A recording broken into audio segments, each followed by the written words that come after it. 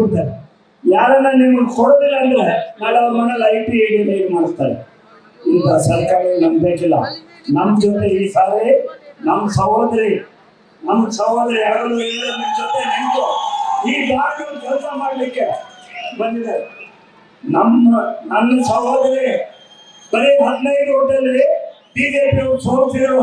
ಚುನಾವಣೆಯಲ್ಲಿ ಸೋಮೇರೆಡ್ಡಿ ಸೋಲಿಲ್ಲ. ಅವ್ರು ಏನ್ ಮಾಡಿದ್ರು ಅಧಿಕಾರಿಗಳು ನಿಂತ್ಕೊಂಡು, ನೀವೆಲ್ಲ ಈ ಚಂಡೀಗಢ ಮೇಯರ್ ಎಲೆಕ್ಷನ್ ನೋಡಿದ್ರೆ ರಿಸಲ್ಟ್ ಹೆಂಗ್ ಬಂತು ಅಂತ ನೋಡಿದ್ರೆ ಯಾರಾದ್ರು ಹಂಗೆಲ್ಲ ಟಿಕ್ಕಾಕ್ಬಿಟ್ರು. ಆಮೇಲೆ ಅಧಿಕಾರಿ ಬಂದು ತಪ್ಪಾಯ್ತು ನಮ್ಮ ಹತ್ರ ಹೇಳ್ತಾನೆ. ಅಂದ್ರೆ ಅದೆಲ್ಲ ಕೋರ್ಟ್ ನಲ್ಲಿ ಇತ್ಯರ್ಥ ಆಗ್ತದೆ.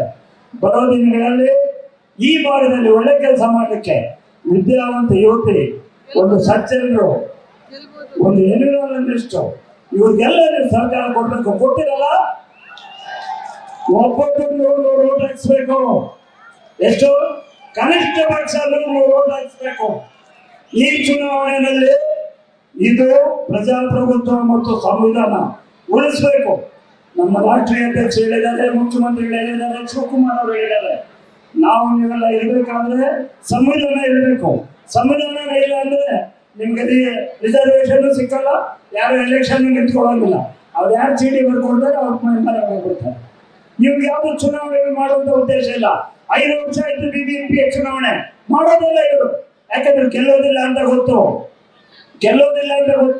ಅದರಿಂದ ಯಾವ್ದು ಚುನಾವಣೆ, ಅದು ತಾಲೂಕ್ ಪಂಚಾಯತಿ ಆಗ್ಬೋದು, ಜಿಲ್ಲಾ ಪಂಚಾಯತಿ ಆಗ್ಬೋದು, BBMP ಆಗ್ಬೋದು, ದಯವಿಟ್ಟು ತಾಯಂದ್ರೆ ಇದೊಂದು ಅವಕಾಶ, ಇದೊಂದು ಸಂವಿಧಾನದ ಹಬ್ಬ. ಇವಾಗ ಈ 26ನೇ ತಾರೀಕು ಎಲ್ಲರೂ ತಾವೆಲ್ಲ ಕೈ ಜೋಡಿಸಿ ನಮ್ಮ ಹಸ್ತದ ಗುರುತಿಗೆ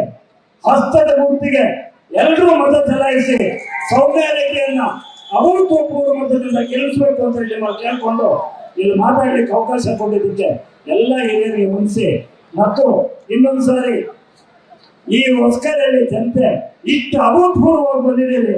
ನಿಮ್ಗೆಲ್ಲ ಅನಂತ ವಂದನೆಗಳು ಹೇಳಿ ನಾನು ಮಾತು ಹೋಗ್ತೇನೆ. ಜೈ ರಾಮ. ನ್ಯೂಸ್ ಫಸ್ಟ್ ನಿರ್ಭೀತಿಯಿಂದ ನಿಮ್ಮ ಪರವಾಗಿ.